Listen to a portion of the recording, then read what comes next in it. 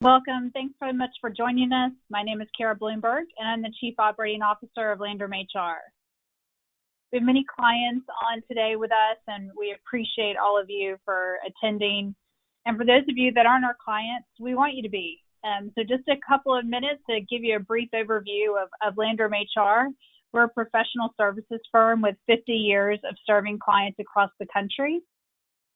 We provide PEO services that include payroll, benefits, workers' comp, and HR. We also provide worksite management, which is a customized labor solution for companies that use large numbers of temporary workers. Our HRQ division provides 3 integrated services: enterprise-wide human capital consulting, interim HR talent, and conducting searches for HR professionals nationwide. Our consulting team brings a depth of experience in workforce planning and analytics, talent management and talent strategy, org design, and HR transformation needs. You can find out more about all of our services by visiting our website, LandrumHR.com and HRQinc.com. We will send out a recording of this webinar to everyone who registered, and please feel free to ask questions using the question pane in the control panel. We're trying to get to some live questions at the end of the presentation today. There's going to be a quick survey that pops up as you exit the webinar, and we'd appreciate your feedback. Helps us form future webinar ideas. So I want to introduce our General Counsel, Amie Remington. Amie spent the last 15 years of her career at LandrumHR. She has 20 years in the employment law arena and is a national speaker on employment law topics. Amie, we spent almost a year delivering webinars related to COVID and COVID legislation, which I know you're going to continue to address. But today we're going to take a step back and look more broadly at the employment law changes, upcoming thoughts about how the administration will make policy shifts that could affect employers. So before you kick it off, Amie, I thought I'd want to give you an idea of what our attendees are thinking about the new administration. So I'm going to launch a poll, and I'd love for everyone to participate. The question is, do you think the new Biden administration will have a significant impact on your business? No, no impact. Yes, a slight impact. Or yes, a significant impact. And give everyone a couple of seconds to answer here, and then I'll turn it over to Amie. Amie, give you a good idea about what our attendees are thinking about the significance of the administration change. All right.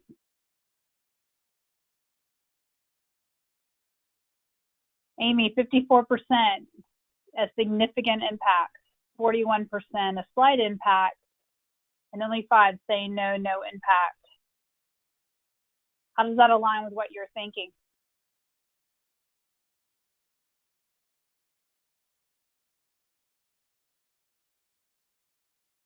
Amie, you might be on mute.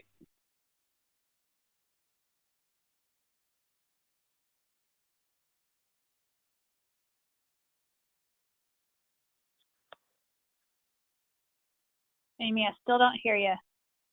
Kara, can you hear me now? I got you now. Yep. Okay, great. Gosh, I don't know what happened. We got to love technology, right? That's right. I think to answer your question, the 54% is spot on. I think you're going to have a significant impact. So, Kara, back in December, in early December, after the election, we did a webinar where I kind of predicted what I thought a Biden-Harris administration might look like for employers throughout America. And we talked about it nationwide. And so one thing we're going to talk about today is whether my predictions were completely right, kind of right, or totally off base.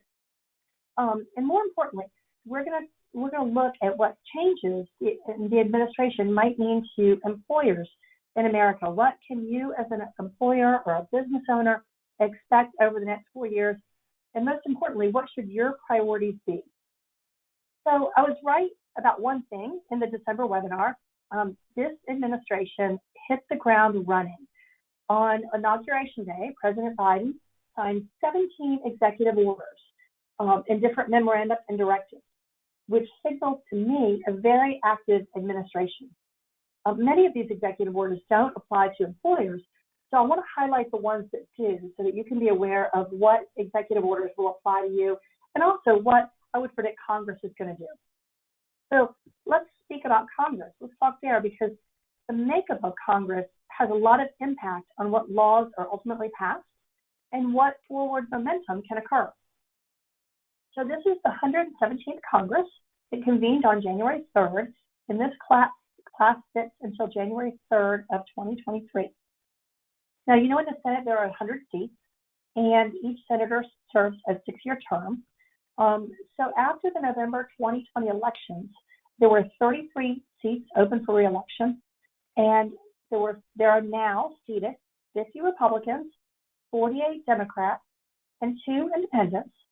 And the independents generally caucus for the Democrats, which means that there would be, if everybody just voted straight party lines, that a Democrat initiative would have 50 votes and a Republican initiative would have 50 votes.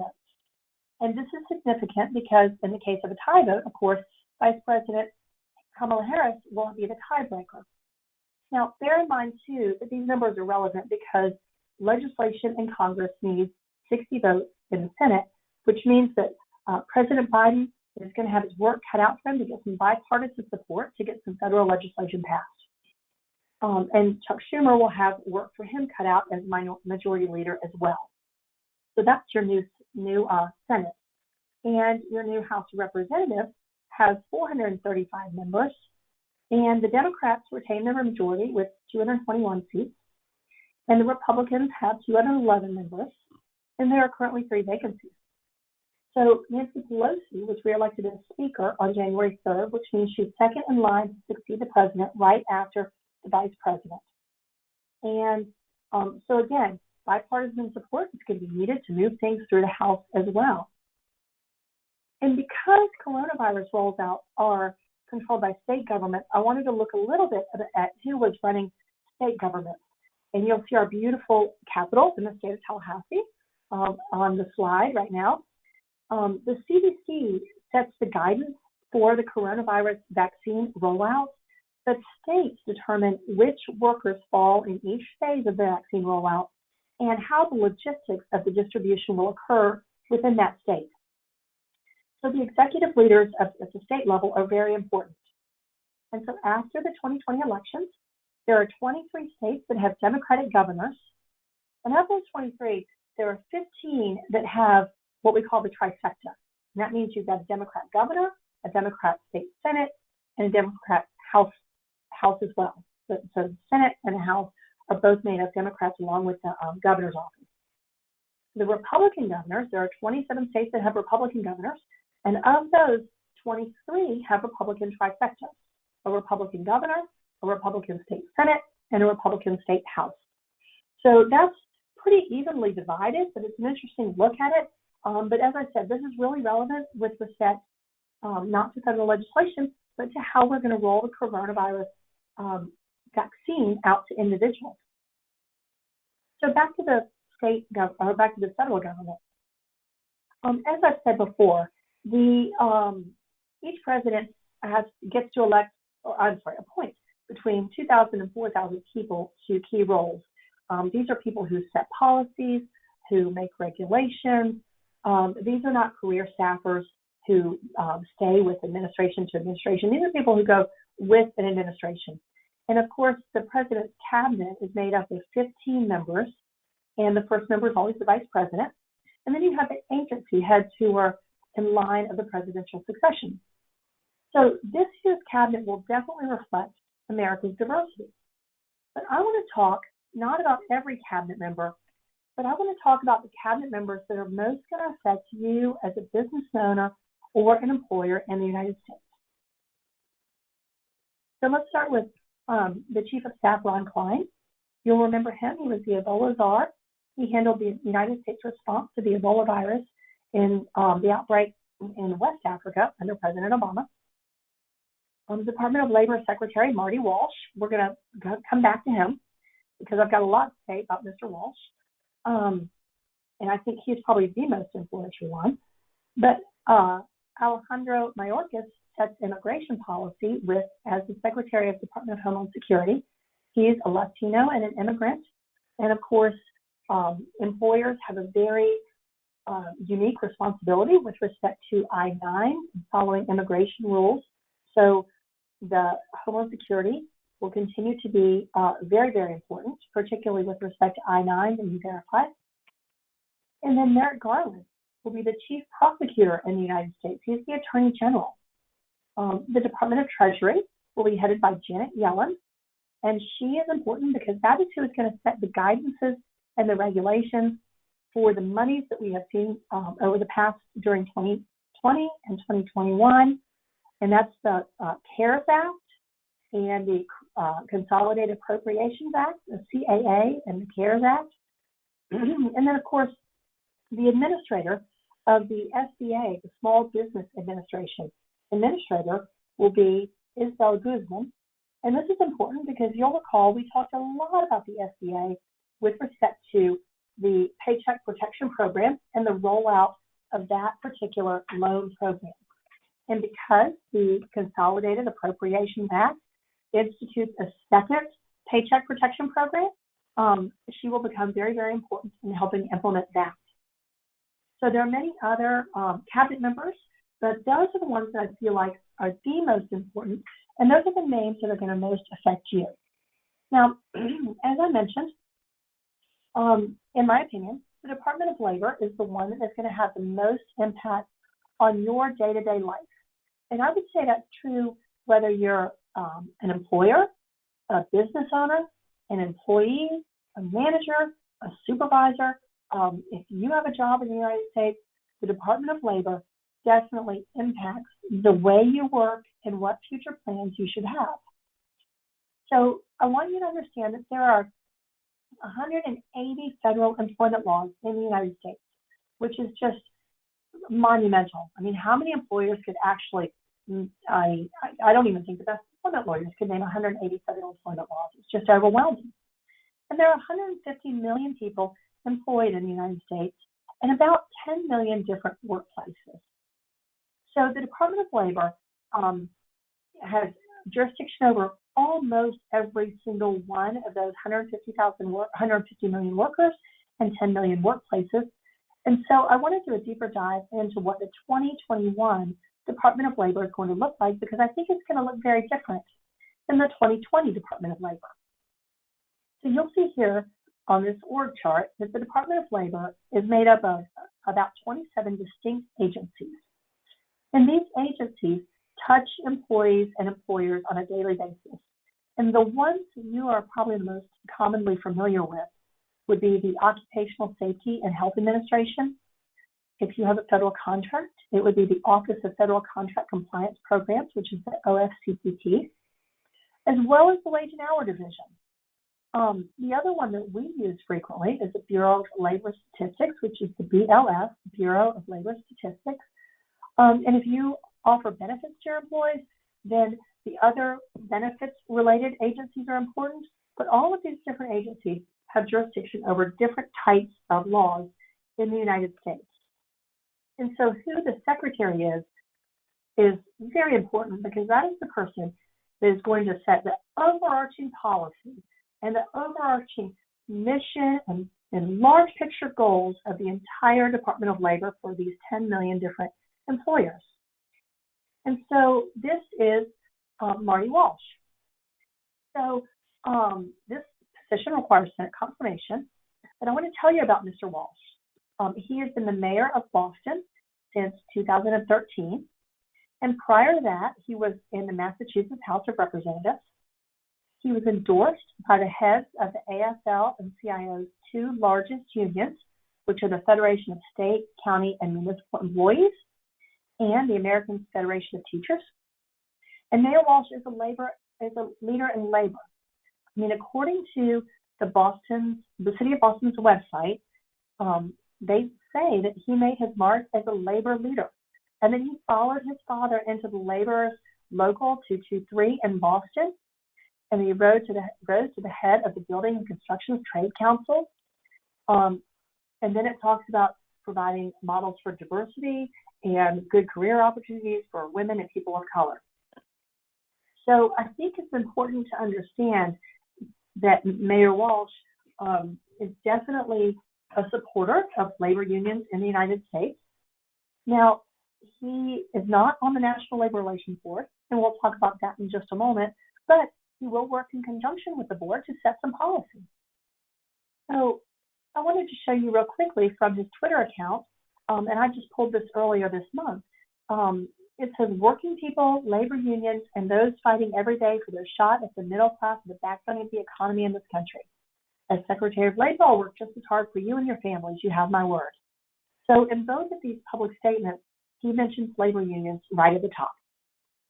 So we'll talk in depth about that, especially as we get to the NLRB. But I just wanted you to understand who's leading the Department of Labor so you can kind of envision what his priorities are likely to be and how you can line up your initiatives to stay in compliance with all the Department of Labor laws. So I was thinking about the challenges that the United States Department of Labor will have. And I listed first, coordinating the state's payment of unemployment benefits to American workers. So there are currently, according to the Department of Labor, Bureau of Labor Statistics, as of today, and I just checked about 30 minutes ago, there are 6.7, our unemployment rate is 6.7%, which compares to about 3.5% last February, so almost a year ago. So it's not quite double, but it's higher. It's almost double of what it was a year ago. So I listed that first, but the truth is, really, the COVID-19 response under OSHA is probably more important.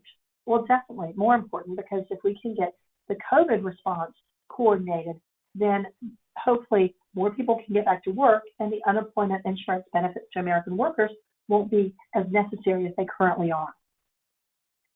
So under the prior administration, OSHA investigations were at about a 49-year low. The penalties for violations were a bit relaxed over the past 4 years. And so it is very likely, I would say probable, to see more frequent penalties and citations, and specific to COVID regulations. So my best advice to you is now is a great time to review your industry practices, your professional practices with respect to your own business, to ensure that you're following OSHA's guidelines and CDC guidelines with respect to safety of all kinds, not just COVID, but safety of all kinds in your business. It's a great time to go ahead and do that. And we have got some links at the end of our presentation that can show you the current CDC guidelines and the current OSHA guidelines to help you out with that. And both the CDC and the Department of Labor has some great Q&As, and we've got links to those as well. And of course, your relationship manager is always standing by with lots of information and available to answer your questions as well. So the other things, before we take a deeper dive into COVID response, I want to talk about some other initiatives that I do believe the Biden administration will put forward based on everything that we've heard since January 20th. So President Biden's campaign promises to increase the federal minimum wage from $7.25 an hour to $15 an hour will require congressional action. That's part of the Fair Labor Standards Act, so it will be up to Congress. And I've read from one source that President Biden also supports eliminating the tip credit, but I haven't been able to confirm that. So we have to watch and see what happens with that. I don't have an idea of how quickly the minimum wage could go up. My guess is that it would be done similar to the way Florida has done it, which is to do a per year increase in keeping with the Consumer Price Index, the CPI, to get it up to $15 an hour. But I can't imagine that Congress would allow it to more than double overnight. I don't see that happening, particularly with a 50-50 Congress. And as I said, we have to get 60 votes to pass. So I could see it being a step increase but we'll have to just watch that. And then the other thing is Federal Wage Theft Protection Act is a big topic, and I think that's going to get a lot of notice right now. And it's similar to what many states, including California, requires, where it requires notice to employees if you change their wages. And then more recently, I looked at President Biden's website, which was up after the campaign a little bit, and it said Biden will enact legislation to ban employers from requiring their employees to agree to mandatory individual arbitration and forcing employees to relinquish rights to class action lawsuits or collective litigation.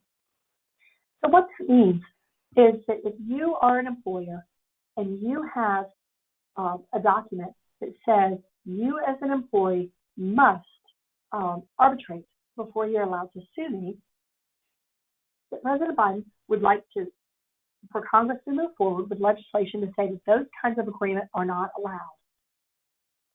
Similarly, if your document says you may not join a class action lawsuit with respect to your employment or collective action, then that would not be allowed.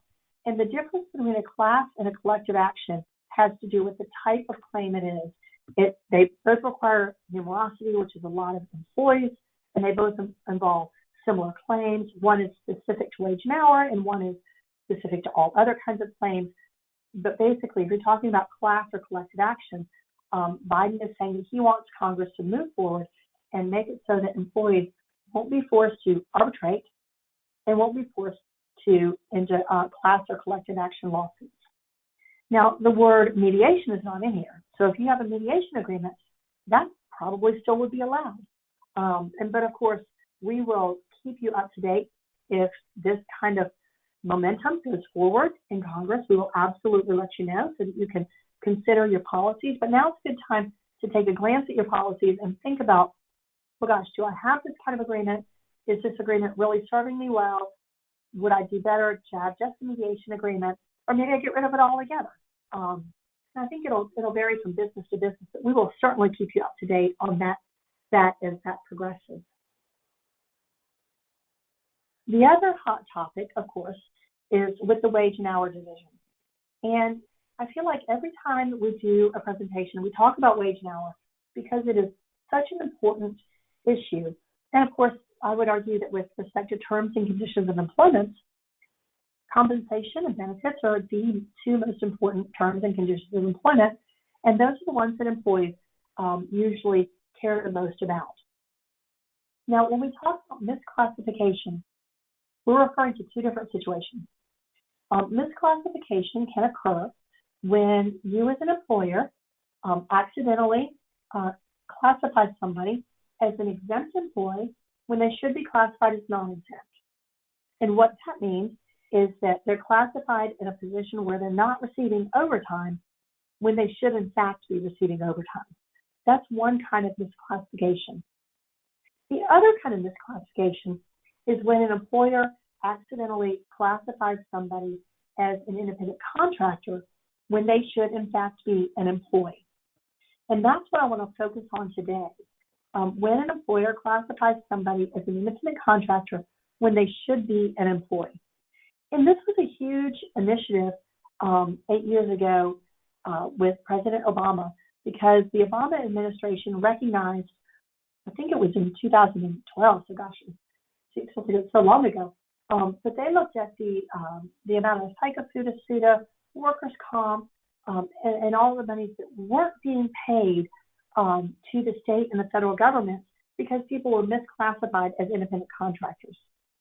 And then they also looked at the fact that when you have an independent contractor, you don't have an I-9 obligation, so there were immigration concerns, and the person might not have workers' comp, so if they got injured, they might not have coverage, and they weren't protected under the civil rights laws, like Title VII. And so the Obama administration sought to wrap their arms around who was really an employee and who was really an independent contractor. So there was a new final rule published in the Federal Register on January 7th that goes into effect March 8th. And I just wanted to go over that with you. And we're not sure this is the final form, and this is what it's going to look like, because I'll tell you about the PRO Act in just a moment. But regardless of what the actual rule is, this is the structure. So this final rule reaffirms the economic reality test. And what that says is the person truly dependent upon your work for their economic benefit? And so to look at that, you would determine, for example, the core factors to determine whether somebody's economically dependent on somebody else is the degree over the control of work and the worker's opportunity for profit or loss based on their initial investment. So if you have somebody who owns their own business and they come into your business and they're your vendor and they've got 800 clients, well, then they're not 100% dependent upon you. But if you have somebody and you're their only client, then they are dependent upon you, and their opportunity for profit or loss is pretty great. So they're probably an employee. So the guidance gives us 3 factors that serve as additional guideposts if you're not sure. The first would be the amount of skill required for the work. For the higher level of skill, the more likely somebody is to be an independent contractor. So if the skill requires a terminal degree, like a CPA or something like that, that speaks to be an independent contractor. Also, the degree of permanence of the working relationship between the worker and the potential employer. So if it's a long-term working relationship, again, where somebody only works at your facility, then you might have a hard time arguing that they're an independent contractor. And then we're going to look at whether the work is part of an integrated unit of production. So you look at those 3 factors, and then they do kind of a wrap-up, a catch-all, where they say the actual practice of the worker and the potential employer is more relevant than what might actually be contractually or theoretically possible. So just like with job descriptions to determine if somebody's exempt or non-exempt, the Department of Labor would look at the day-to-day duties, who's controlling the work, who's purchasing equipment, how much control the person has over their work, what kind of reporting mechanism in place to see whether somebody's an independent contractor or not. Now, that is under the Federal Register that I just mentioned would be in effect on March 8th. But last year, there was a PRO Act, which was a piece of legislation that passed the House. It's called the PRO Act of 2020. And, there's a possibility that might be resurrected. And that PRO Act set forth standards for independent contractors and provided guidance on how independent contractors would be in a gig economy. So if you think about your Lyft or your DoorDash or your Uber, Instacart, what are those big companies doing with respect to all of their people that work for them that look a lot like employees but are currently classified as independent contractors?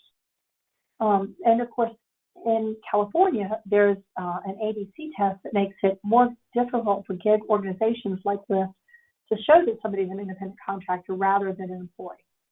So this is the misclassification of independent contractors is something that we are aware of, and we're going to stay on top of, and we are going to continue to educate you about. Our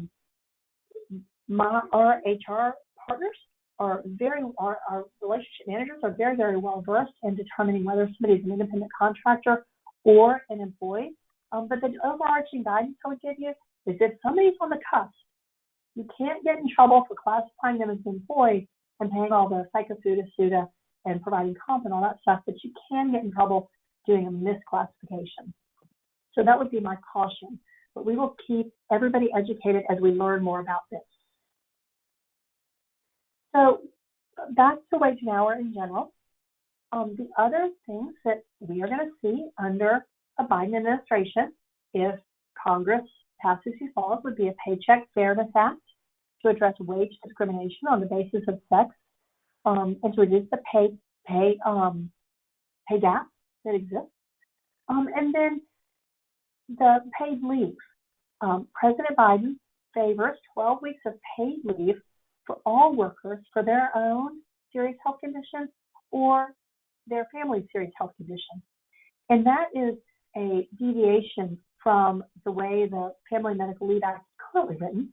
Currently, all workers of employers of a certain size, 50 or more employees, and the person has worked 1,250 hours or more a week in the past 12 months, is entitled to 12 weeks of paid leave, unpaid leave for their own serious health condition or their family's serious health condition.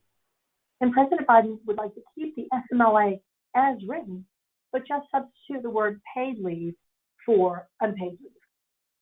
And I suspect that, like the minimum wage, this may be something that happens in steps. So maybe instead of 12 weeks of paid leave, Congress agrees that 6 weeks is appropriate, or 3 weeks, or 9 weeks. But I think there may have to be some middle ground, bipartisan support, and some middle ground to reach paid leave based on the FMLA. And it may be done for larger employers. It may have some sliding scale like that. But we will definitely keep you informed about that as well. So the National Labor Relations Board, in addition to the Department of Labor, the other agency to watch is the National Labor Relations Board. And the National Labor Relations Board is something that we talk about frequently with employers. And many employers are under the assumption that if you don't have a union, that the National Labor Relations Board doesn't have jurisdiction over you. And that's incorrect. The National Labor Relations Board oversees the National Labor Relations Act, which is the actual federal law. They're an independent federal agency that promotes, that their mission is to promote and protect the right of private sector employees. And they want, the words that they use are, on their website is, it's an independent federal agency that protects the right of private sector employees to join together with or without a union to improve wages and working conditions. And it's made up of a 5-member board appointed by the president to serve 5 terms. And currently there is 1 vacancy. So like Congress and like the state governors, it's important to know who's on the board because this board has jurisdiction over almost every employer in the United States. And the current chairman is John Ray. He was a partner with Morgan Lewis, which is a big law firm that primarily represents companies, so he was more employer sided. But Lauren McFerrin is the only Democrat member, so with a Democrat in the Oval Office, she will rise to be the chairperson. And Mark Kaplan, his term expires in August of this year. And William Emanuel, who was a partner at Remington, who is probably also more employer friendly, as he was an employer representative lawyer at Remington. So they make up your NLRB. And some of their initiatives, like I said, the first one would be organized labor. Currently, there's about 7 or 8% of the private sector is unionized. Not the public sector, but the private sector. Somewhere south of 10% is unionized. But President Biden has made no secret of the fact that with clean energy, organized labor might become more powerful because clean energy is a manufacturing issue. And then anybody who attended our webinars during the Obama administration will remember that we talked a lot about quickie elections. And quickie elections are where the entire election process is fast-tracked. So it doesn't take 6 or 9 months. It takes more like 45 days. And it is imperative that private sector employers understand how elections work. Because if you were to get a request for an election, chances are that request to you is coming on the tail of work that has already been done. So you're kind of already starting behind 8 ball by the time you get the information. And if you only have 45 days to handle whether your workforce is going to be unionized or not unionized, you need to not spend a week of that time figuring out which is better, how are we going to handle it, if we had, who's our counsel going to be, and things like that. You probably want to go ahead and spend some time learning about that process ahead of time. So right now, the process has not changed. But as you listen to the news and as you hear initiatives come forward, just keep your ears open, because if some kind of law did pass that allowed for quickie elections, you'd want to be able to hit the ground running if you really needed to. And of course, it would be a congressional action. So, no, I'm sorry, I misspoke. It would be an NLRB initiative that you would hear about it in the news, and there would be some time in the beginning for you to prepare. But it's just something that we need to be aware of, so you can help, your workforce in whatever way works best for you.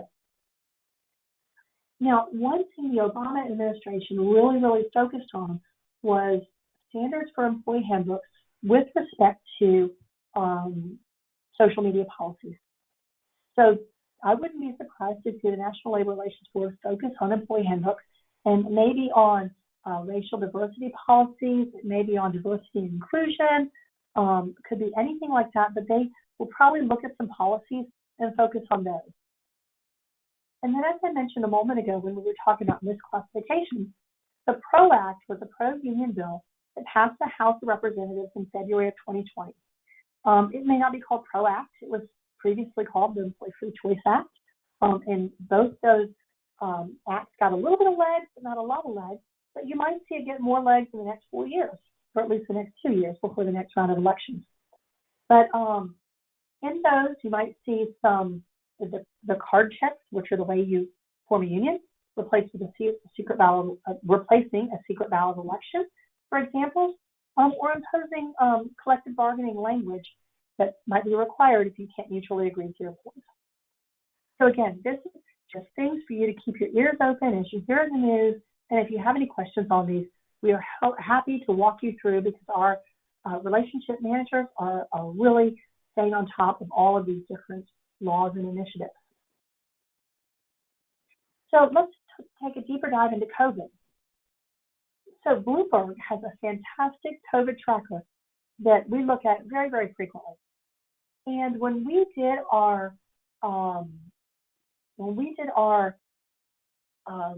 webinar back in December, we told you how many doses were given as of December 2nd, I think it was. And throughout the United States, in December 2nd, the number was 8 million doses had been given. And today, 6 weeks later maybe, 23.5 million doses have been given. And in December, when we did our webinar, there were 272,000 people that were fully immunized with a 2-dose regimen. Today, it's almost 3.5 million people. So to go from 300,000 to 3.5 million in a 6-week period is just a warp speed. I mean, we're going so quickly.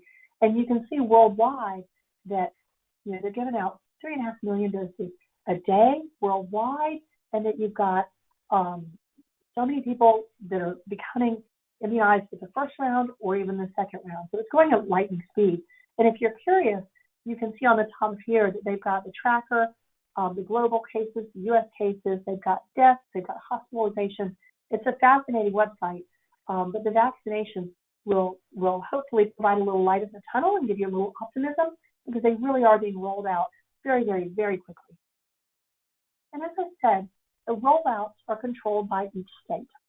So using this tracker that I just showed you, I looked at Florida just to compare it to see how we were doing. And in Florida, the governor issued an executive order which gave the vaccine first priority to staff that worked in long-term care facilities, as well as those residents, anybody who was over 65, any healthcare provider with direct patient contact, and persons who are deemed extremely vulnerable. And as of January 19th, I went ahead and did 2 dates here because I wanted you to see the warp speed I was talking about. As of January 19th, 938,000 Floridians had gotten 1 dose, but a week later, 1.6 million Floridians had gotten 1 dose. And as of January 19th, 93,000 people were fully vaccinated, and just a week later, 160,000 people are fully vaccinated in Florida. So it really is going at lightning speed. One of the issues for all the different governors is who is in phase 1 and who is in phase 2. And that tracker I just showed you a moment ago will show you, if you're curious about your state as in who's in phase 1 and who's in phase 2, You can look at that. For example, there are about 15 states for whom teachers are in phase 1. And then there are many states that they're in phase 2, and then there are a few states where they're in the to be determined category. But if you want to look at your state, that Bloomberg tracker is a great place to start. So the things that President Biden has said he wants to accomplish in the first 100 days include the masking challenge. And the CDC updated its guidance, and it says that masks are critical in the tool of fight against COVID. And therefore, President Biden issued an executive order, one of the 17 that I was talking about, requiring masks and physical distancing in all federal buildings, on all federal lands, and by all federal contractors and employees. So if you have an OFCCP contract, you have to require your employees to wear masks and to physically distance in accordance with your federal contract. And then with Dr. Anthony Fauci as the head of delegation, the Biden administration will resume its engagement with the World Health Organization, the entity that handles the international response to COVID. And then there was another executive order with respect to COVID-19, and it was to create a response coordinator. It's a designated person who will coordinate the response to manage the production, the supply, and the distribution, not only of the vaccine, but of tests and PPE as well. So anything with respect to overarching COVID-19 response, this person will be responsible for coordinating. And then, of course, you've heard President Biden's pledge for 100 million doses in the first 100 days. So those are the big initiatives with respect to COVID-19. Let's switch gears and talk about some other executive orders. Again, with our federal contractor clients, I wanted to point out that on Inauguration Day, President Biden signed an executive order that requires federal contractors to take specific steps to identify and eliminate systemic racism and any inequitable treatment of other protected classes. And so your protected classes would fall under Title VII, which would be sex, color, race, religion, and national origin. So for those, you have to take specific steps to ensure that your organization is operating fairly with respect to equal treatment of all of your employees, and to eliminate, if you find any inconsistencies or discrepancies, to eliminate that. And then there was another executive order. So for our clients that have heard me talk about Title VII in the past, there have been many cases, some that went all the way up to the Supreme Court, that analyzed whether gender identity and sexual orientation were protected under Title VII. Some of our federal courts said no. Some of our federal courts said yes. Some said it depends on the circumstances. And so in the EEOC, of course, the Equal Employment Opportunity Commission, has long taken the position that Title VII prevented discrimination on the basis of that sex included sexual orientation and gender identity, but it was kind of clear as mud because it was a little bit all over the board, and it depended on what federal circuit you were working and your employment was. So President Biden's executive order eliminates that and clarifies that the federal government, including the EEOC, but the federal government interprets Title VII to include discrimination on the basis of sexual orientation and gender identity. And so I think that clears it up for everybody. Now, if you would like a copy of any of these executive orders, reach out to us. We are happy to share them because they're detailed, and if you are not clear on what any of these executive orders mean or who they apply to, we're happy to share those with you. We'll point you to the White House website, and we can help you find them on there. And then the American Rescue Plan. This is a monumental undertaking. It will require congressional support, of course. It would provide $1.9 trillion. It would also institute a national vaccination program. which would help set up community-wide vaccination sites nationwide, including sending $1,400 stimulus checks to Americans, expanding SNAP or nutrition assistance for people who are food insecure, and supporting communities and small businesses and minority businesses that are struggling. And then we did, I don't want to talk too deeply about this, I just want to highlight it. We do have an entire webinar that you're welcome to watch on the Consolidated Appropriations Act, which was signed on December 27th. And it provided $900 billion in federal stimulus money for individuals and for employers. And it was the second largest federal stimulus package right after the CARES program, the $2.3 trillion CARES Act. And that, you'll recall, provided $429 billion from CARES money that wasn't used, that would go into an emergency lending program. It provided for additional federal unemployment benefits, money for small businesses, schools, including universities, as well as public schools and childcare, provided for vaccine distribution. It allowed municipalities that didn't use all of their PPP money to continue to use it. It provided for unemployment benefits of $300 a week to be extended through March 14th. And so it also provided for pandemic unemployment assistance for the additional 11 weeks. And so if you have questions about that, we do have an entire webinar on that topic that would be very detailed. It provided also for a second round of PPP that was $284 billion for first and second PPP loans. And of course, these were for people who were eligible and already had received a loan where you could use them for certain qualifying expenditures. And our webinar goes into great detail on that.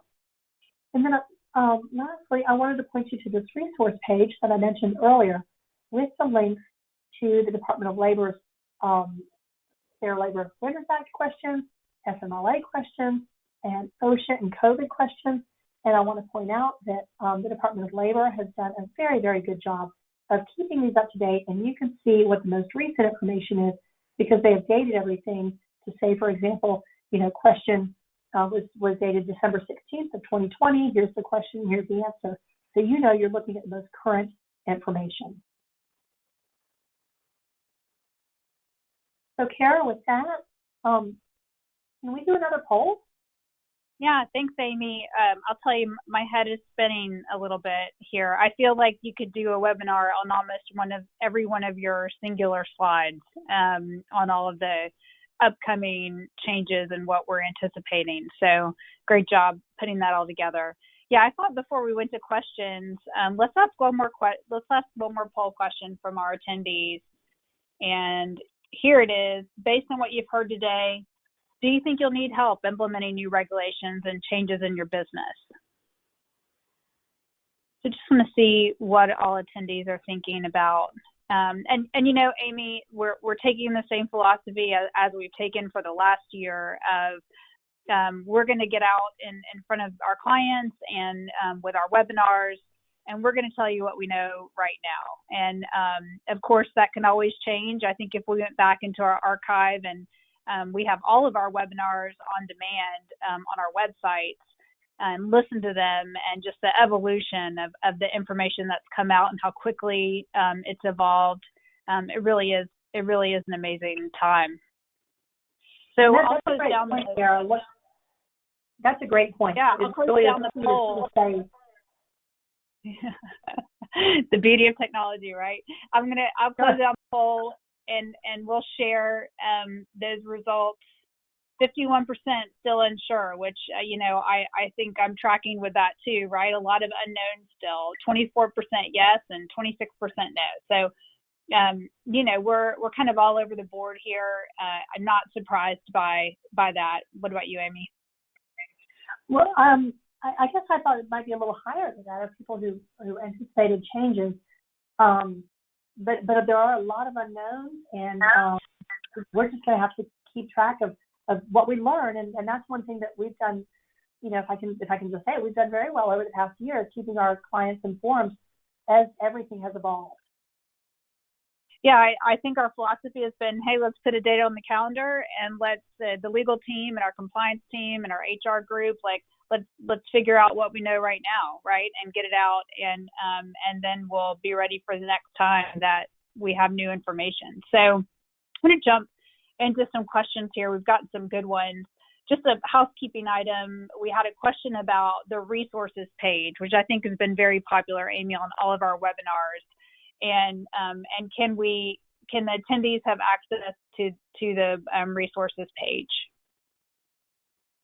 Oh, absolutely. The resources page are just links to the most updated Department of Labor regulations, so absolutely. Yeah, great. Okay, so a couple questions about executive orders. Will you do us a favor, Amie, and just clarify? I think there was some confusion a bit between executive orders and laws and what that means, because we know we've seen just a rash of executive orders signed by President Biden. We have. So executive orders are orders, directives signed by the president under his authority under the Constitution, whereas a bill has to go through both houses of Congress and can ultimately be vetoed by the president. So executive orders are pretty commonly used. And I was curious about, because I felt like, oh my gosh, so many executive orders on day one, right? So I was curious about how many presidents actually use a lot of executive order power. I was very surprised. I found out that President Trump signed 220 in 4 years, and President Obama signed 276, and President Bush signed 291, and Clinton signed more than that. He was in the 300s. So they're pretty regularly used. But for, if you remember your Schoolhouse Rock, a bill has to go through, a bill on Capitol Hill has to go through a lot of steps to become a law. But an executive order is a faster way for a president to accomplish a policy without Congress. I like how you can always reference Schoolhouse Rock for those questions. Oh, yeah. Yeah. All right. So we spent some time, Amie, you did on NLRB initiatives, and talk to us about other initiatives that we may be able to expect from the Biden administration, whether they directly or indirectly may impact employers. Yeah, so just the way that President Biden has outlined his first period of time is kind of by theme. And the first theme was COVID, and the current theme is racial equality. And so, in fact, he's already signed 4 executive orders related to racial equality. One I spoke of with respect to the executive order for our federal contractor clients. But I think it's very clear we have 4 executive orders a week into administration that is going to be a major priority for the administration. So whether we're talking about an executive order that applies to you like a federal contractor, or just understanding that that's a big policy initiative, this is a great time to revisit your policies with respect to fair employment, equal opportunity, your hiring, and I wouldn't limit it to race. I would consider sex, color, race, religion, national origin, veterans' rights, handicap rights, all of those things, and just make sure that you are being the best employer you can be in hiring people who are the most qualified for a job without regard to those protected categories. Great advice, Amie. When we got, you were discussing Biden's initiatives and the mask ordinance, and we got a number of questions related to masks. Specifically, what do I do if I have employees that don't want to wear a mask in the workplace? So can you clarify that on the mask? Yeah, so that's a great question because I've gotten that frequently. And I've kind of joked that a mask, you as a business owner, assuming you're not a federal contractor, you're a private business owner and not a federal contractor or a federal employee. If you're a private business owner, you have a right to say what people wear in your workplace, with the exception of, religious discrimination and such. But it's kind of like a no shirts, no shoes, no service policy. You could have a no mask policy. And in fact, if, many states and local laws may require that you require masks, And but if they don't, then it is up to you. But I would caution you that right now there are not a lot of laws that protect employers from litigation in the event that somebody gets sick in your workplace. And it may be hard for somebody to track and prove that it came from your workplace, but you would want to be able to say to your employees and to your visitors, I complied with the CDC's regulations, I complied with the OSHA, my workplace is safe, and that's going to be the best defense that you have to any sort of claim that I got sick on your workplace because you were careless or because you didn't respect social distancing or you didn't require people to, wash their hands or whatever it is. Now's a great time to make sure that you are following all those guidelines, not only because you have a right to say what people wear in your workplace, but you have an obligation to your employees, and legally, you want to make sure you're insulated as much as possible by following those guidelines in good faith. Yeah, lots of good advice there, Amie. Gail, I see your question on the webinar, and we will be sending out the recording, and also that'll give you access to links, which are also on our website. So, Amie, with all of the changes, all of the details that we've talked about, what do you want our attendees to really take away? What's your broad message? So my broad message would be, it's really important right now that you think about your policies and all the fair employment laws in a very intentional and very meaningful manner. Proactive compliance is going to be so important, because if you can, if OSHA were to knock on your door and say, hey, we heard you were doing this a month ago, and you were able to say, yes, but I've remedied that and I've now fixed it, OSHA's going to look favorably upon that. Those proactive compliance measures, whether we're talking about local laws, state laws, or federal laws, that's going to really help you with any litigation you get in, regardless of what type it is. And it also creates a culture where your employees know you value them, you value their safety, you want them to work at their highest and best. And when you do that, the flip side is that hopefully your business becomes more profitable as well. So hopefully it's a win-win. But I would say really meaningful and thoughtful proactive compliance measures are really important. Yeah, I always echo your best advice. Is nothing takes the place of good communication too, right? Amongst your people that help you stay in compliance as an employer, amongst your employees, can ward off a lot of issues, right? Good communication. Absolutely. Yeah. So, Amie, thanks. Just great content. I know we'll be back quickly talking more about orders and legislation. We have some events that are upcoming for LandrumHR and HRQ. Our Q4 Workforce and Economic Trends webinar is actually tomorrow. You can find that information on our website, hrqinc.com and LandrumHR.com. This is a quarterly series that we do. It's led by the head of our consulting practice, Brian Wilkerson. Really breaks down what's happening in the economy and what that means, the meaningful changes that it's bringing about in the workforce, and what employers need to be thinking about moving forward. So hope you can join us for that series. On February the 3rd, we'll be doing a webinar on employee behavioral health and wellness, which I think is top of mind for many employers right now, today. And a recording of the webinar will be sent out. Don't forget to answer our survey and give us some suggestions of other topics that you'd like to hear. So on behalf of LandrumHR and HRQ, thanks so much for joining us today.